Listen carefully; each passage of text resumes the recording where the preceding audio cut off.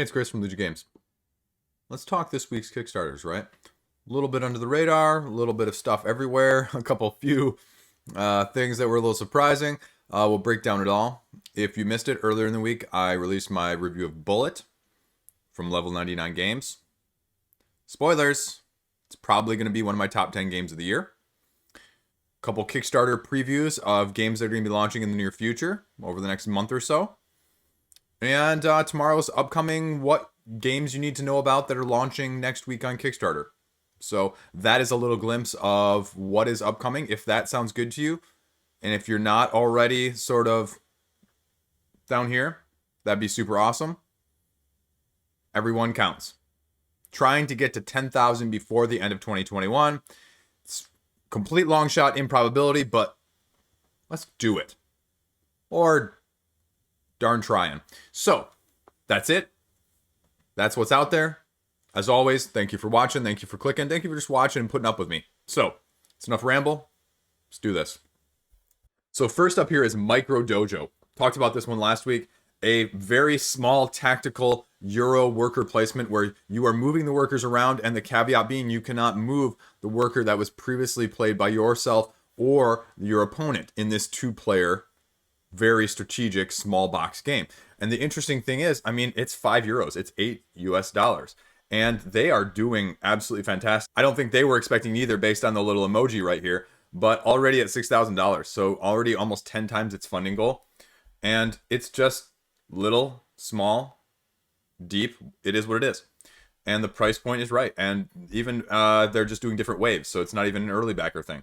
So, it's feudal Japan, your lords, your shoguns. You're going to have one of the 4 separate workers that you're going to be moving around and manipulating on this board in order to do your best Euro-style management. So clearly, again, not for me, even at that price. But that is what you're going to be getting. It's all small box. It gives you a great how to play right here and everything that you can do. All of what the icons mean. And there's even a quick how to play, a rule book. I think that's more than enough of what you need to know. And it looks like you may even have it before the end of the year if everything goes well. So, enough said. This is solid. There you go. That is Micro Dojo. Brief and to the point, just like the game. Now this one, Vampire: The Eternal Struggle Unleashed. This is a remake of, I think, a classic LCG from like 1994. I actually had this on my Kickstarter list for launching for like next week, but it all of a sudden popped out of nowhere. And obviously, it has a big backing because it's getting $50,000. Now, they have a $70,000 goal, which is relativistically high for something, again, I didn't hear of before too much of it launching. Now, what this is this is a reprint based on the community support since this went out of print back in the early 2010s. Now, they say they're bringing 4 of these main bundles right here back into print. Limited release. Honestly, I know very little about this game, just as another LCG-esque, TCG-esque game that was out there. They go through the pledge levels here. 1 of each, 2 of each. 80 bundles. That's a lot. 80 bundles. What do you do with 80 bundles? Is that like a retailer pledge? How many people are doing that? Okay. 2 at the 160 bundles. None at the 80 bundles.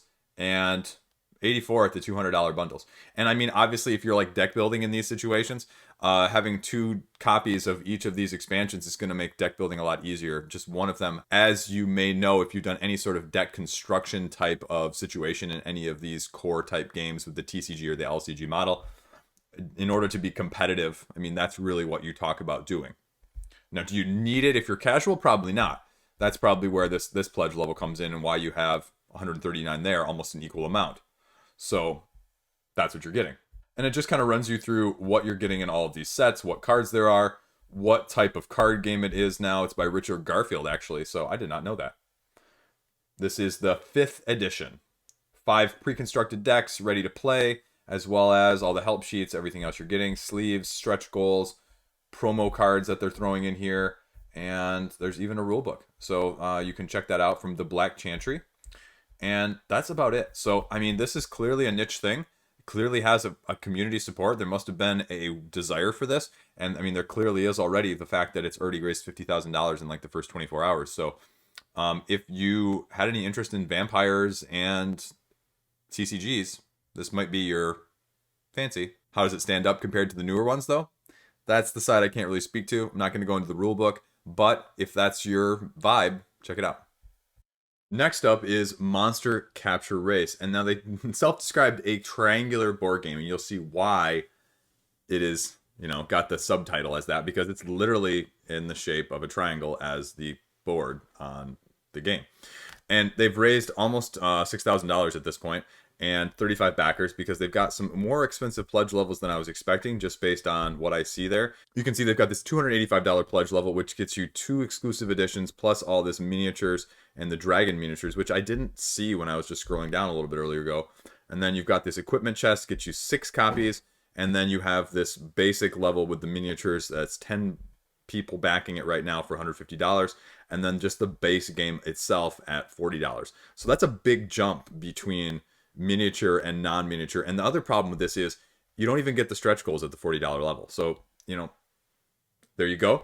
But this is truly an indie game. This is what comes to Kickstarter. And so here you go. This is the prototype version of said triangular game. So you have all these areas and these icons, as well as the chests and the player equipment cards and the skills that you're going to be using. And that's where the discard pile goes. So you can see a little bit of what it is, all of the components. The breakdown of the game is you're trying to be the first one to get to 15 victory points. You're going to be putting the board together, placing those decks in the areas in which you need to, as well as then selecting your unique asymmetric character in order to do the best take that you can. Each character board has a victory point tracker at the top of it, so you can keep track on your own individual character board. It tells you where it starts, it tells you the basic statistics of said character, and any special ability that they have as well. You're going to be playing cards that are skill-based from your hand in order to activate equipment, adjust your skills, interact with other people, and that is going to be how you're going to be doing several of these things. This very much strikes me as a sort of nice next level roll and move, if you will, as they talk about, okay, you land on this, you get this. If you do this, you, destroys your sword, roll the interaction die, move that many spaces, summon the dragon, summon the phoenix if you land there. So, just relatively straightforward in what you see is what you get here. Calculating attack and defense, whether you try and capture the monster or when you're eliminated from the game. So there is player elimination, and people are going to be turned off or turned on by that. Here you can see an example of one of said cards with said special ability right here, as well as said special ability action cards that we talked about. And they run through several of the creatures and the heroes there, so you can get a basic gist of what it's going to look like, with the miniatures thrown in there as well.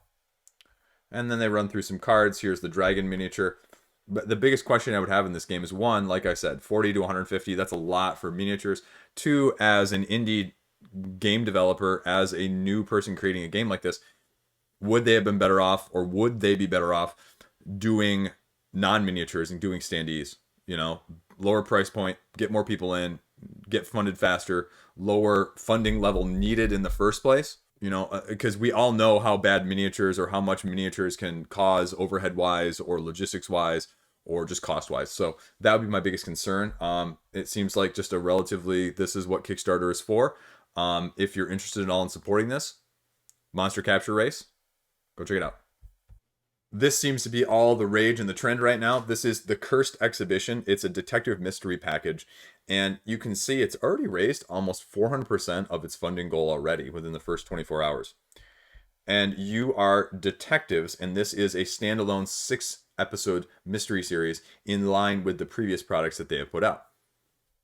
This is by the Detective Society, right? So it goes through a little bit of what you're getting, and it's sort of like a subscription service that they talk about here, because you're getting a new episode every month, and they say each of these episodes are going to be anywhere between 9 to 12 hours of gameplay. So a la the Chronicles of Crime, the Exit games, sort of taken to the next level. Now, clearly, again, to be raising $50,000 from the get-go, the other two must be relatively decently well thought of, especially because the subscription services on the board game or the tabletop side of things are not highly thought of in terms of recommendations or general feelings of them, because the general feeling is that they use the MSRP, if you're not familiar, to say, okay, this is how much money's worth of game you're getting for the money you're paying for us. They often come from like the discounted ones, and the other problem is you're just getting a grab bag. And if I'm going to pay $40 or $60 or $80 or $100 for a grab bag of games, like, wouldn't I be better off? The thinking is that of buying a game or two that I know I'm going to like rather than get 3 or 4 that I don't like, even if those 3 or 4 are overall more valuable price-wise than what you're paying. Because at the same time, the value has to be there for them too, because if they are really giving you that much of a value, they wouldn't be in business, right? So I just, the subscription services always make me a little leery, because also if you're pledging, and I didn't look at this at all yet, so I can't really talk to you about it, super early bird. So if you're interested in this, you might want to check it out right away. And it just gets you the first game as $43. And again, that's the blessing curse of the subscription service, because I'm going to guess you go down and it's going to be, bundled so that you're saving money the more you get. Yeah. So $226 for all of them, or €160, which is going to save you more than about €30. The problem with that is if you're going this big bundle, I mean, you have to know that you're going to like this. I'm going to talk about my personal feelings on Chronicles of Crime, but I think these types of games are very divisive. And if you don't know you already like them before you're buying them, it's a big risk to get more than one at a time.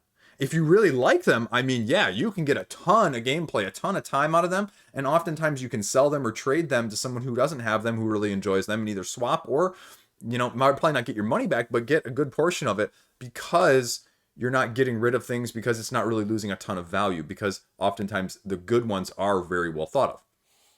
But 6 is a lot. I mean, this is $225, right? We bulk at, people were saying about that with the CMON, right? With a tested, tried and true product that you know what you're going to be getting with Marvel United X-Men, right? Like, I know what I'm going to be getting. And so $295, it's not much more for that whole thing than this.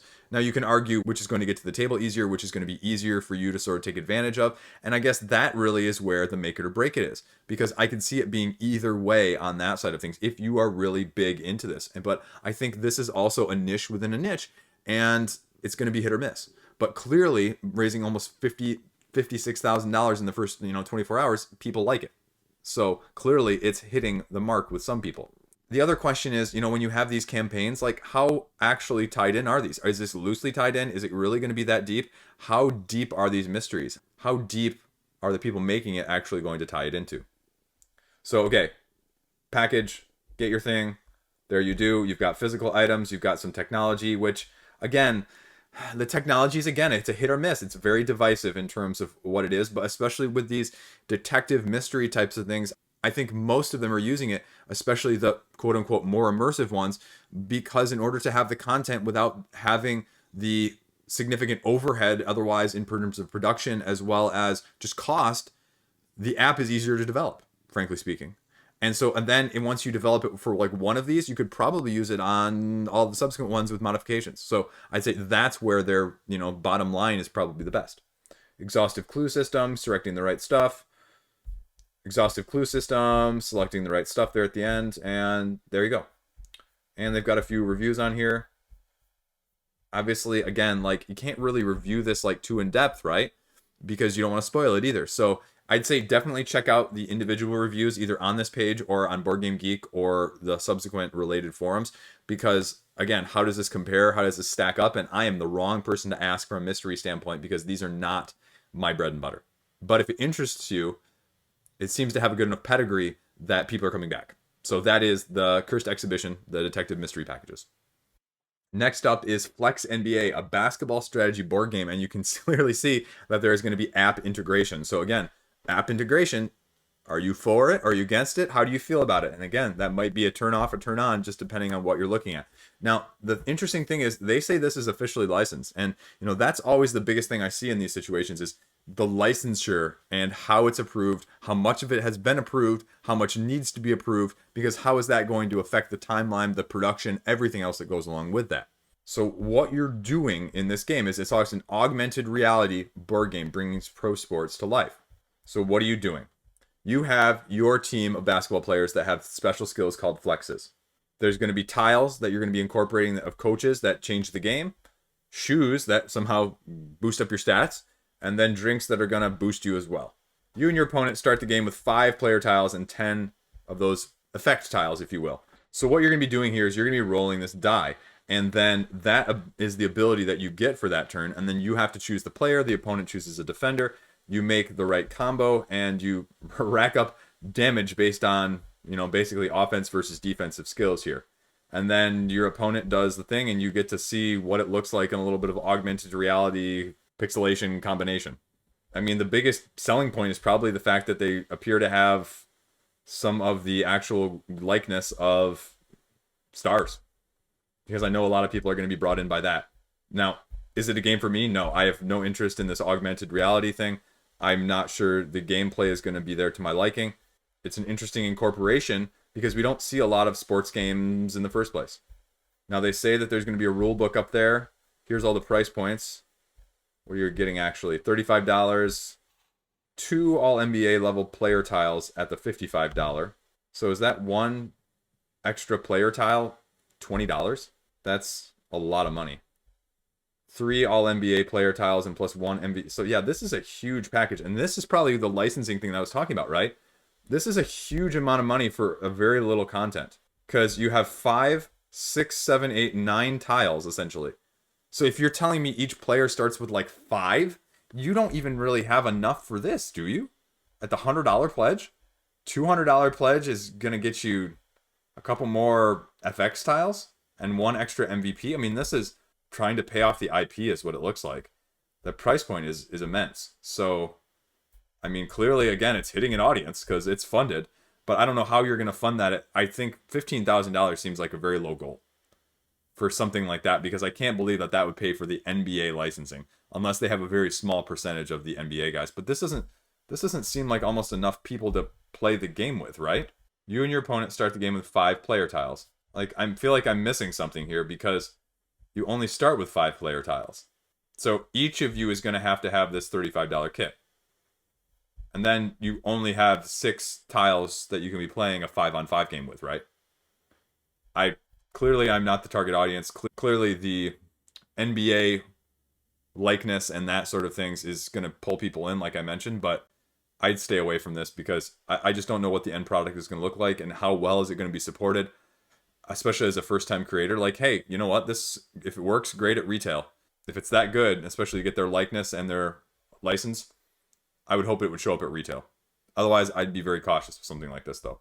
But if it's your ilk, if you're a heavy basketball crossover, check it out. Next up, I talked about this one last week, Vengeance, Roll, and Write. And this takes the roll and write and turns it into Vengeance, Roll, and Fight. Because what you're going to be doing is you're going to be using these characters in order to fight through various rooms and creatures and trying to knock them out as fast as you can using the various abilities you have. Now, the blessing or curse in this situation is you're going to be using real-time simultaneous dice rolling in order to fill ability slots, in order to do abilities when the dice run out, when the timer runs out, in order to make it through these areas. Now, they're offering episode 1 and episode 2, like I talked about last week. Each plays 1 to 4. You can play them together up to 8. They each have 4 sets of heroes, different villains, different dens, different enemies that you're going to be fighting through, and the asymmetry with the characters in the first place. And this is a completely different use of the dice and the real-time element in combination with a little bit of the roll and write at the same time. The price points are $29 per game, or $55 for both, including a Kickstarter promo pack. So that's a pretty good price. I was not expecting it to be that level, so I'm relatively pleased by that.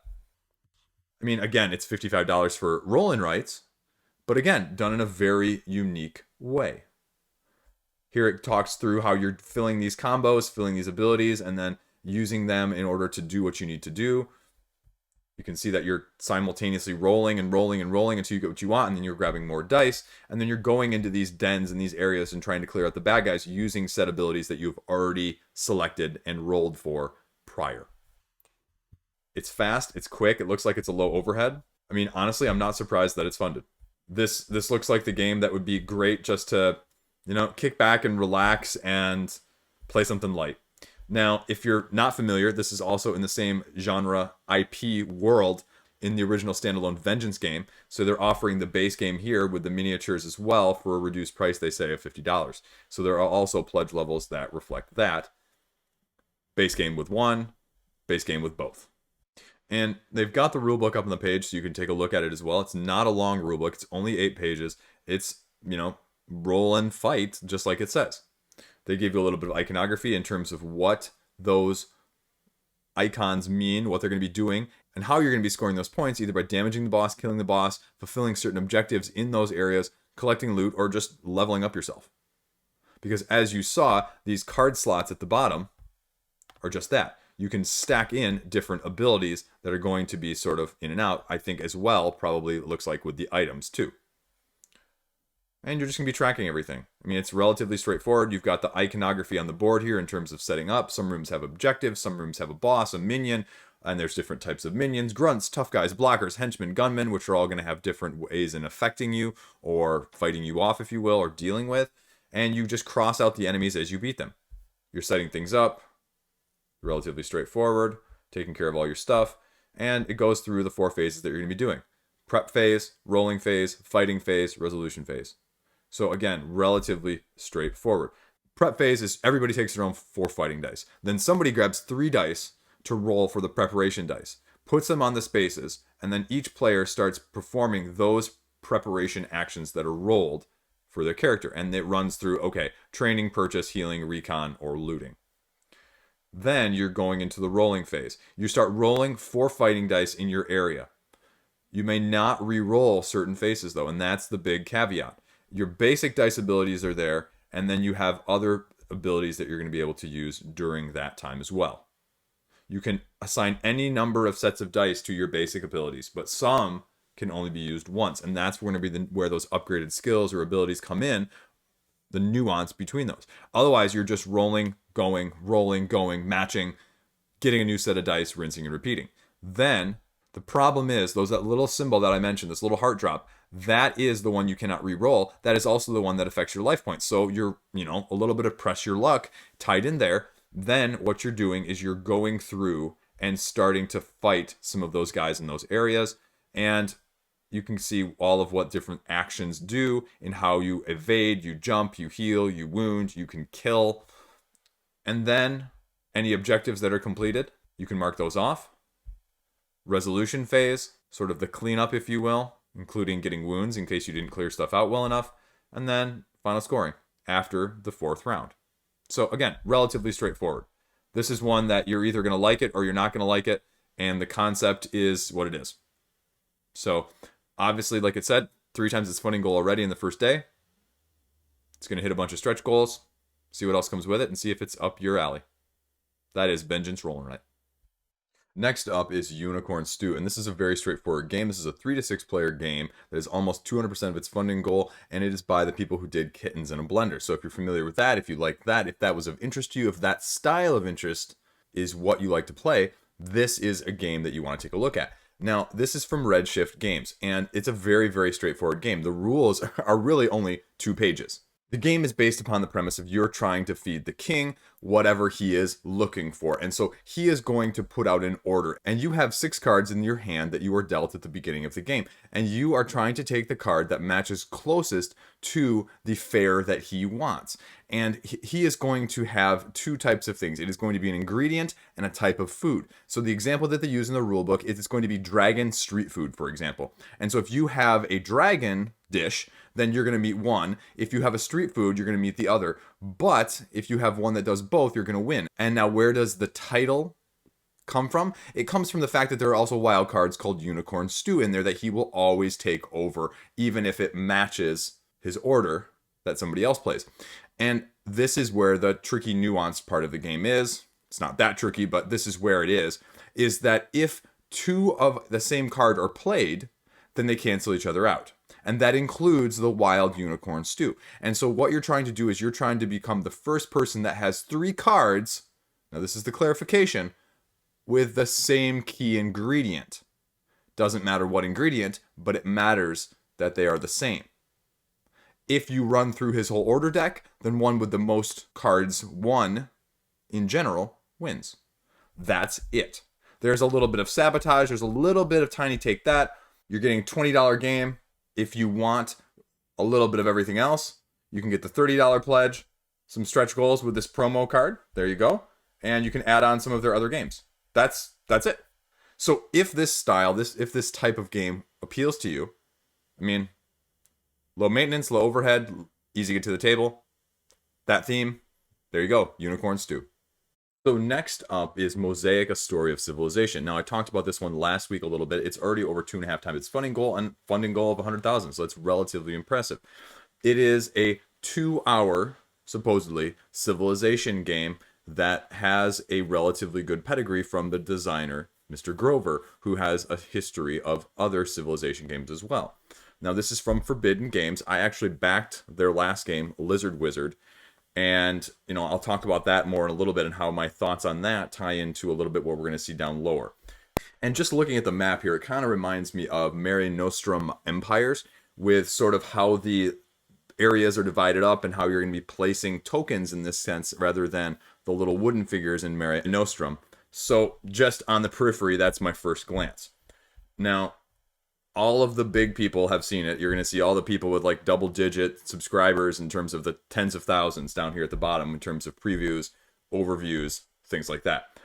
But here is the big selling point, like they say, is this is a Civ game that you're going to be able to play in 2 hours. Now, the biggest question is, as a lot of games tend to underestimate the time length, especially with the first game or two, how true is that? Now, the complexity, again, it's only rating a 3 out of 5 per their own internal scale, obviously, but, something to be aware of. So if you're looking for a super complex civilization game, this may not be of your ilk. But if you're looking for something that's a little easier to get to the table than like Through the Ages or Nations, maybe this is your fix.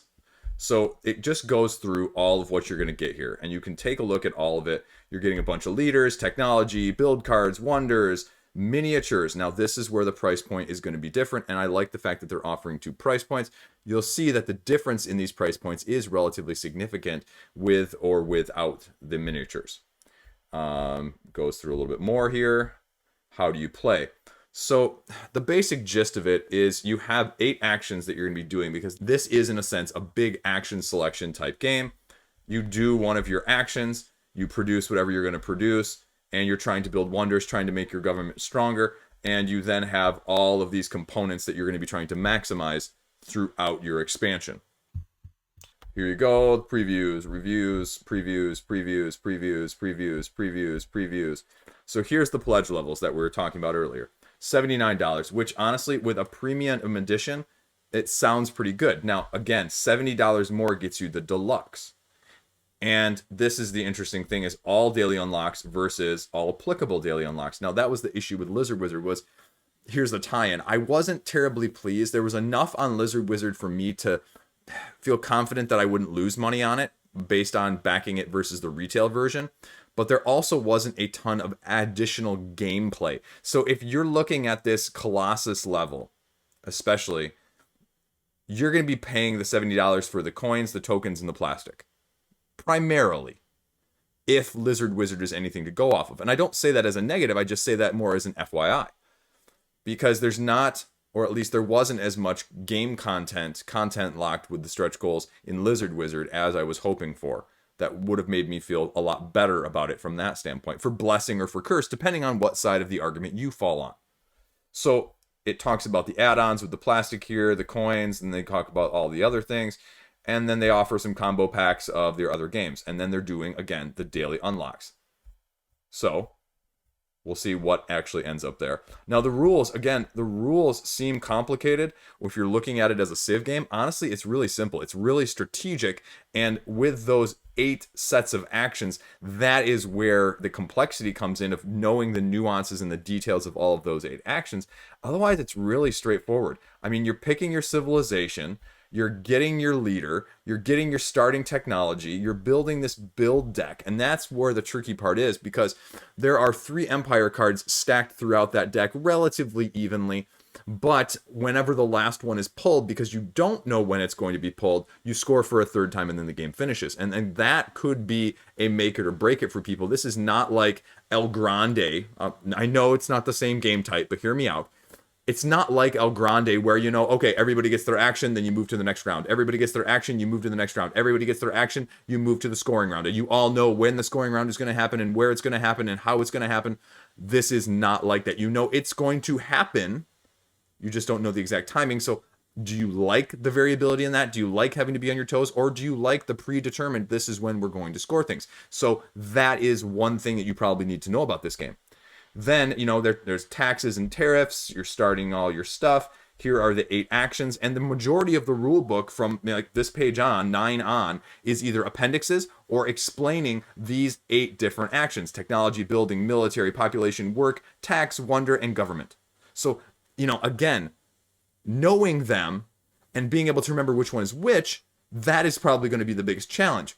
It's not going to be, okay, which, what thing am I going to... It's going to be being able to pick out which one you want at the appropriate time and maximize the abilities of that.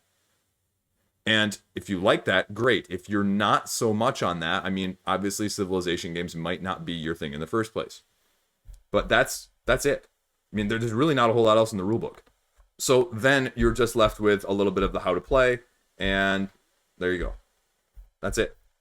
So I suggest watching some gameplay, some run through. The cards don't look terribly complicated. Again, it's going to be about the, as they state, I mean, action selection.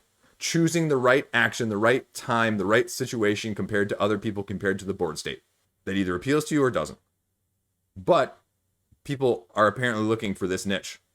A shorter playing Civ game.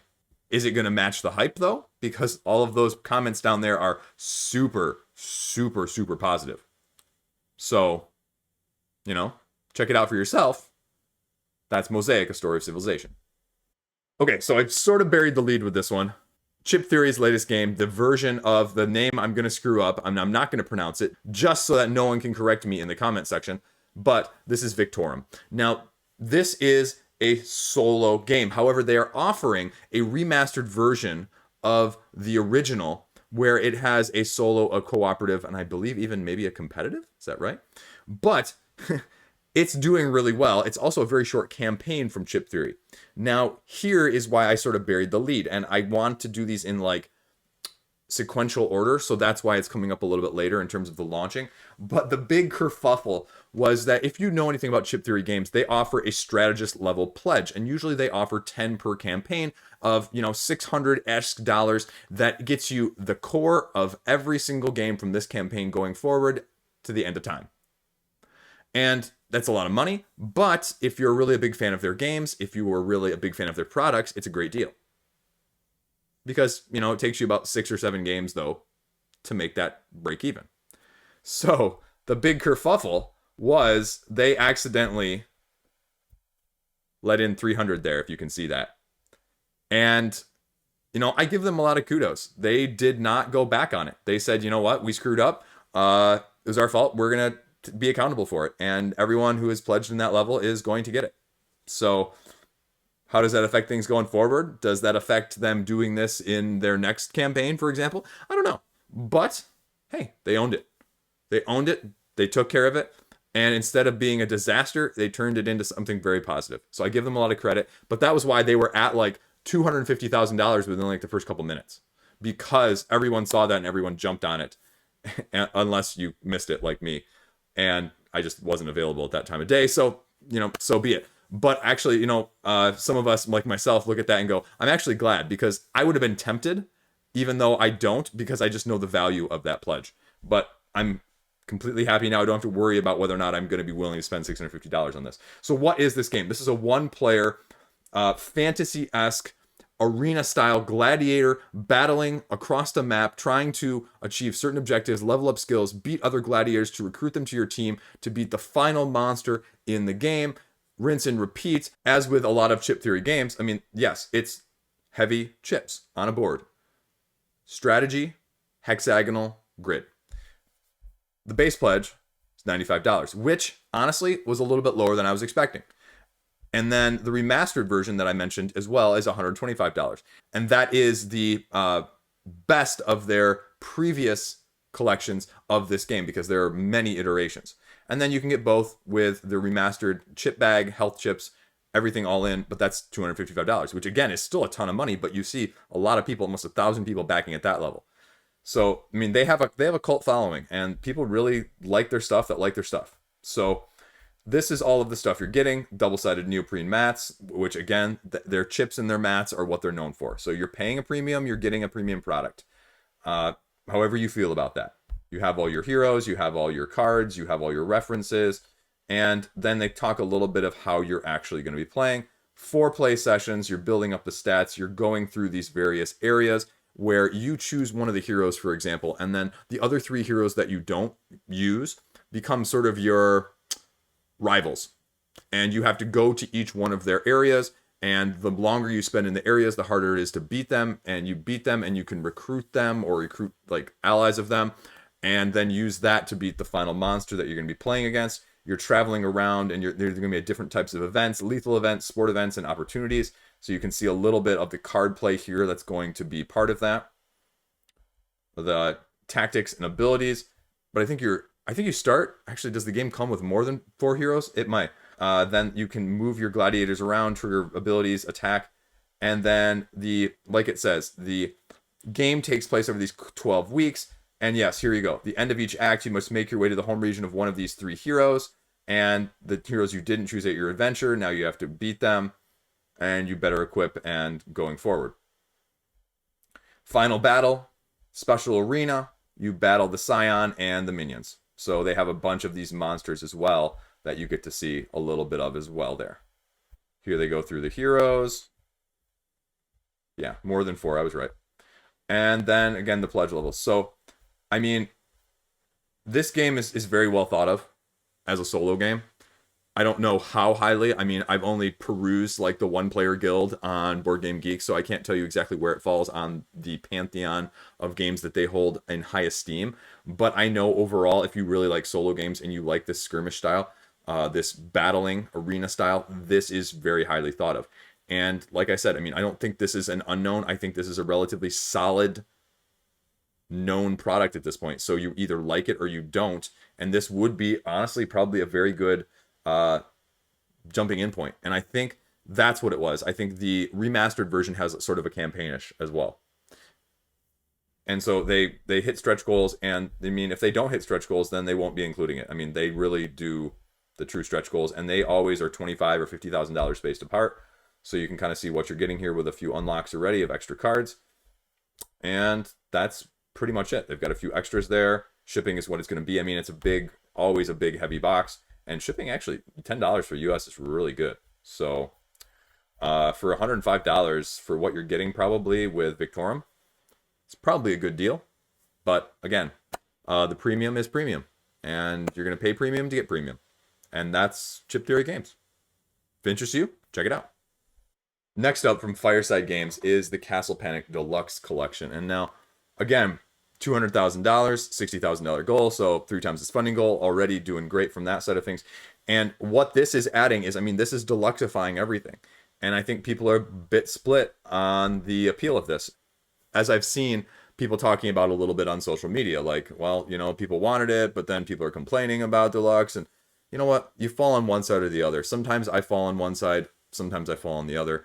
I try to be as consistent as I can. I am not the biggest fan of deluxifications in general, but I believe that they also have a time and the place. And the question is, what's the time and the place for you? Is this one that is going to be that or not? And each person individually has to decide for themselves in these situations. And definitely some are better values than others in campaigns. And again, how you want to spend your money is up to you. But you're never going to please everybody with a situation like this. And so you don't try. You do what you want to do. You do what works for you, and you see how the results shake out. So this is where things are at. So not to be strolled through distribution. It's going to be available on our website at a higher price. So you know what? Great. I'm glad you're upfront about that. You know, like none of this, well, you may be able to get it. Well, you may not. Just straightforward. I like that. You're getting miniatures. You're getting a lot of plastic with this. An upgraded version, and they're adding a new expansion, and that is adding said expansion, Crowns and Quests. Now it also comes with the Wizard's Tower, Dark Titan, Engines of War. So you're getting all of the original ones as well. Okay, goes through the timeline. Here you go, plastic models, plastic minis, new art, and honestly, I like the art. The art's actually appealing. I hadn't looked at this page before talking to you guys. So wood components. Now, again, like a couple people have commented as well, you know, wood's going up in terms of price right now in the market. So I commented this, I think last week, like what is the price of some of these games that are using more wooden components going to look like, you know, 3-6 months from now? And how is that going to affect the bottom lines? And are people going to have to start thinking about maybe not using wood in the future if wood prices and lumber prices stay that high? New expansion. Okay, new mechanic. Pledge levels. Okay, the wood edition. No monster minis or any components from any of the expansions. Plastic only. You know what? Say what you will. The fact that they're throwing in all the plastic only for $60, well, actually, it's just the base game. Ooh, that's expensive then. I thought it was maybe for all the expansions. So, Deluxe, okay, $90. $200 for the Wizard's Tower plus the playmat. Now, this is everything Deluxe. $350. That's a lot. That's a lot. You have to really love a game to get anything at that price, right? And again, no judgment. I've paid that much. I've paid nearly that much a couple times. If it's for you, great. It's a lot of miniatures. It's a lot of plastic. You're getting all four. Is it a good place to jump in? I don't know. I mean, like I said before, I am not as good or consistent on my deluxeifications and when I feel like I want them and when I don't. So I am not a good baseline to use. But for me personally, I have no interest in it. I have no interest in the deluxeifications when it comes to this. Because honestly, that's the other thing, is it's a weird dichotomy. I actually like the art, so I'd rather see the colorful art and standees reproduced in a, more colorful way, because otherwise the gray plastic is gray plastic sometimes. And sometimes it works fine. Or if it was just wood. I almost just like wooden meeples there instead. But there you go. They're adding more to the bigger expansion of the Wizard's Tower, and that's probably why it's the one that they're offering separately. So there you go. A little bit of everything. I'm sort of burying this at this point, but I mean, this is a co-op game where you're going to be adding things mechanically with each of these expansions in terms of balancing enemy upgrades and hero upgrades in order to make the game more difficult. So they go through exactly what you're getting in all of these, and this is a lot of stuff. I like the fact that they're showing this. I like the fact that they're upfront about what this is. I just wonder, okay, what else is there? Solo play, yeah. I mean, it's a co-op. So, and it looks like you can trophy slay. Whoever slays the most monsters wins. Or it looks like they're adding, or was that previously? A 1v all as the Overlord. So, shows you how much I know about the base game of Castle Panic. But there you go. They go through the pledge levels again. Everybody's got a video out here talking about the original, talking about the stretch goals. And they're not doing stretch goals. They're just saying, hey, this is what you get. So again, I don't mind the clarity. And shipping's actually really good for how big that box looks. To be paying $25 on a $350 game with a box that big, Gloomhaven Plus, is probably not bad. It says it's a year out though, so that'll be interesting. But okay, that's Castle Panic Deluxe Collection. What do you think? Is that appealing at all to you? I mean, I know a couple of you guys in the comments are big fans of Castle Panic. Does this make you happier? Does this not? What would you rather see? Does it fit everything you were hoping for? Let me know. Buurn, the spiciest game ever. Again, 2.5 times its funding goal. Let's check this out. By Kill the Unicorns. Early birds. 30-minute card game. Now they're telling it with a story of a comic book. First player to catch the purchase totem wins their ingredients and starts cooking. Other players catch up. Other players get the 4 totems, and each one gets you closer to winning. How to play video. So 30 euros, 45 euros, 60 euros. 60 gets you the comic book. 45 euros gets you all of the exclusives with the exclusive box. And the stretch goals, though, are included at the 30 euros. So what does that actually entail? Here you go. Your types of ingredients. Organization to help. And said totems. What are you getting extra? Foam totems, exclusive cards. Okay. And the Buurn comic. So they're doing the challenge unlocks, like a lot of these parties card games will do, which again is fine. As long as you're consistent, as long as you do that, it's great. Now, the one thing I did not see anywhere on here is a rule book.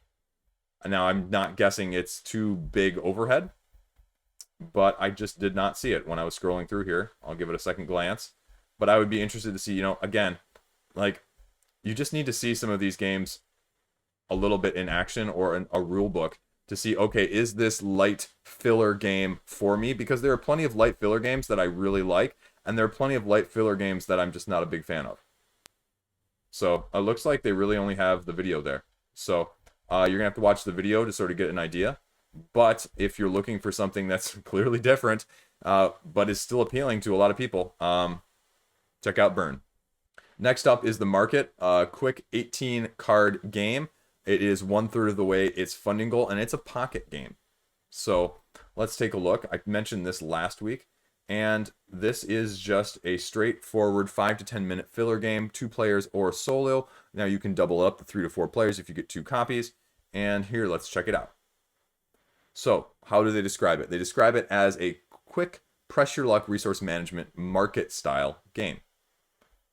Again, 18 cards, $12 pledge level, $50 pledge level for the exotic, the expanded, the deluxe version, if you will. So here they talk a little bit about the gameplay. You take one of 3 actions. Gather 2 resources by rotating it.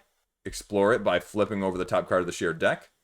If you can afford, you can buy it. If not, other people might be able to buy it later. Or you can buy from the face-up cards that are already there. So what you're trying to do is you're trying to harvest that soil, get light, and take it back to the market to obtain more permanent resources, rinse and repeat in sort of a cyclic nature. There's a solo rules down here at the bottom. It's just a straightforward 1 to 2 player filler game that they say is appealing and available for all audiences. So if you're looking for something slightly like the button games, this reminds me very much of that in very much the same style. There's enough videos here that you can check it out. And, again, this is an indie project, and if you're looking for indie type stuff on Kickstarter, you check out The Market, a pocket game.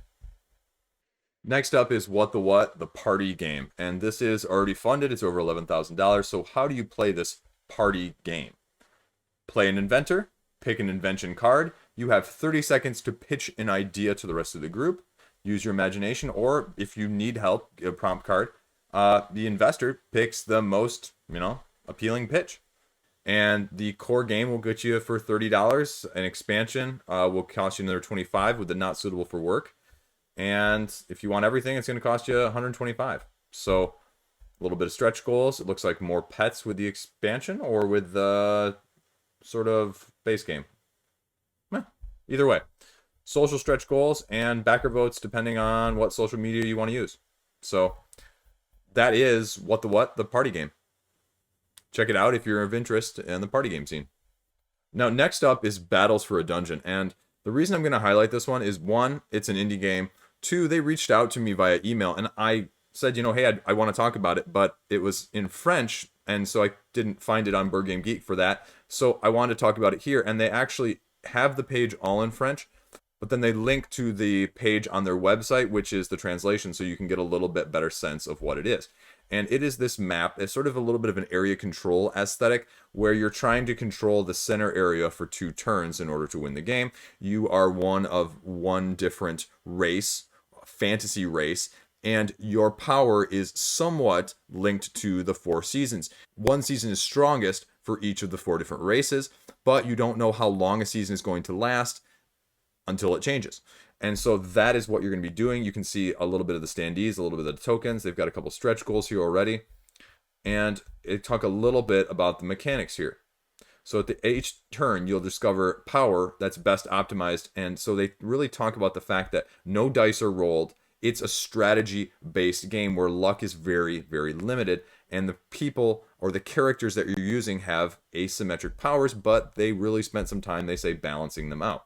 So like I said, control the zones and get to the dungeon in the center for 2 full turns. And so you can see that you're starting off in one of the 4 corners here, making your way to the center, and there are several zones that you're going to be able to use, occupy, or utilize to the best of your ability. Talking about the seasons here, spring elves, summer orcs, autumn humans, and winter undead. So you can kind of see which race is going to be the strongest in each. They talk about the asymmetric powers of each of the races here and the benefits of being each of them. And then you're drawing a card revealing a bonus. So, that's going to apply to everybody across the board. Okay, talk about the different types of troops that each group has. And then they talk about sort of an area control element here that you can see in this area that we talked about at the beginning of the center. Drawing the season cards, the power-ups, how you're moving things around. So I mean, relatively straightforward in terms of area control, selecting, strategy. There you go. Let's see. Shipping cost is 16 euros for the rest of the world. That's a little expensive. What is the actual cost on the pledge page? It's about almost 50% of the way funded at this time. So 35 euros. There's a few of those left. Otherwise, it jumps up to 40 euros. I mean, it looks like an interesting game. I'd love to see more of a full rule set in English before I'd feel a little bit more confident. But like I said, this is the exact same page, just in French. Everything that I just scrolled through pretty much. So that would be the one thing I would be concerned about. Just because translation issues are always a concern. And that's true either way. Like usually English speakers right now on Kickstarter, we have the advantage. And I see a lot of people concerned about it the other way. But I mean, it's true in this case too. So I feel for you guys. I mean, I wish more stuff came in more languages or was more language independent. So either way, I wanted to talk about this and highlight it for you guys. And that is Battles for a Dungeon. I'm not going to try and pronounce it in French because otherwise I will screw that up too. Now, last up, not least though, is Railways of Sweden, Australia, and the Rail Barons of the World. 3 new expansions to the Railway World Series, a train route building game. Now, the David Turksey himself responded to, I think, the last video of the upcoming and commented in particular that this is a great intro to these sorts of things if you are not familiar or reluctant to get in from that side of things as well. So I'll put that disclaimer out there right away. Now, again, this is not my bread and butter, but again, I think it's worth talking about because it is another aspect, another genre, type of mechanism as a whole in our hobby that, again, I think if you're never exposed to, you don't really have a good sense of it. So what are you getting with this? This is by Eagle Griffin Games. As you saw, they're almost 3 times the funding goal in less than 24 hours. So that's, again, impressive. So look, 2 to 6 players, 2 to 6 players. Rail Barons is 1 to 6. But, now it does say you need one of the base games to be able to play the expansions, obviously. So, what's new? Railways of Sweden. I love Sweden. Side note here. The only language I have really tried to learn as an adult is Swedish, right? Why?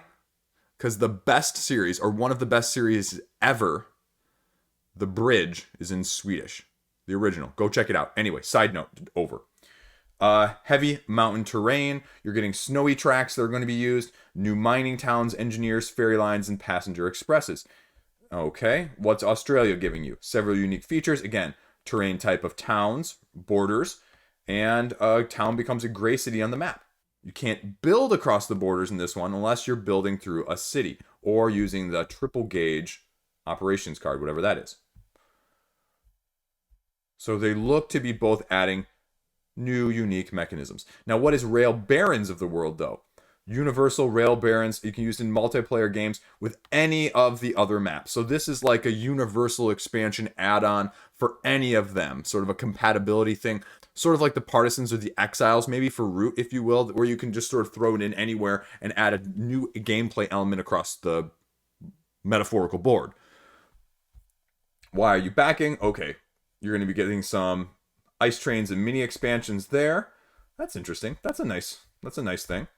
Rail Barons of the World, like I said, I mean, even price point. I didn't know that, but it's like, you know, the Partisans or the Exiles that I just mentioned in terms of price point. And that also gives you the ability to do the solo play, as you saw up at top with the 1 to 6 player expansion.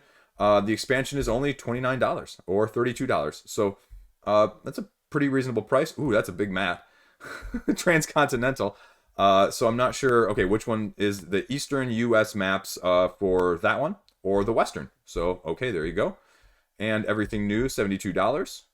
Shows you how to play, route building, upgrading locomotives, going between cities, delivering goods, 1 action per turn. Sort of a more complex version of the game I have yet to get to the table in Mini Express. And this might be my intro to this. And so if I really like this, you know, again, you got to have a theme that interests you. And so the Swedish theme, like I mentioned, would be interesting to me. So that would be the one I would look at. So the main thing you need to know about this, and the Rail Barons rulebook is a couple pages, but that's mostly because it's going through what the solo variant is. And so if you want to play something like this, I think this, I mean, looks perfect from that side of things, and it goes through the whole thing. I'm not going to go there, but you can take a good look at it if that is of interest to you. Now, the other thing to note is Railways of Sweden is really only a one-page rulebook. Like I said, adding a few of those things, adding the income scoring track over here, the ferry lines here, and how the end of the game might be different in that sense. So, again, on top of the new map, on top of the new terrain, there you go. Now, Railways of Australia, slightly longer, slightly more in depth, slightly larger, as indicated by the $3 price point increase. Region borders, railway operations cards, towns, and switching tracks, all of those being a little bit different. And then, again, the end game is slightly different with this expansion as well in terms of how many empty city markers there are. So, again, very easy read. If you're familiar with these games at all, check these out because it's relatively straightforward. You could read this in less time than watching this segment of the video. So that is, essentially what it is. And you can even try it for yourself right now on Tabletopia. So there you go. Relatively straightforward. I'm not going to go through all the videos here. Everybody's got a video. A lot of the old videos of the base game and the other expansions. This has a solid pedigree. It looks like you can get maybe some of the other Eagle Griffin games here. So there you go. That's all you really need to know. That is Railways, expansions, and barons. So that's it for this week. It's going to be a lighter week for me, thankfully, because I still got to reconcile all my pledge managers from the previous one. So I don't think this month is going to be any less, even though... Anyway.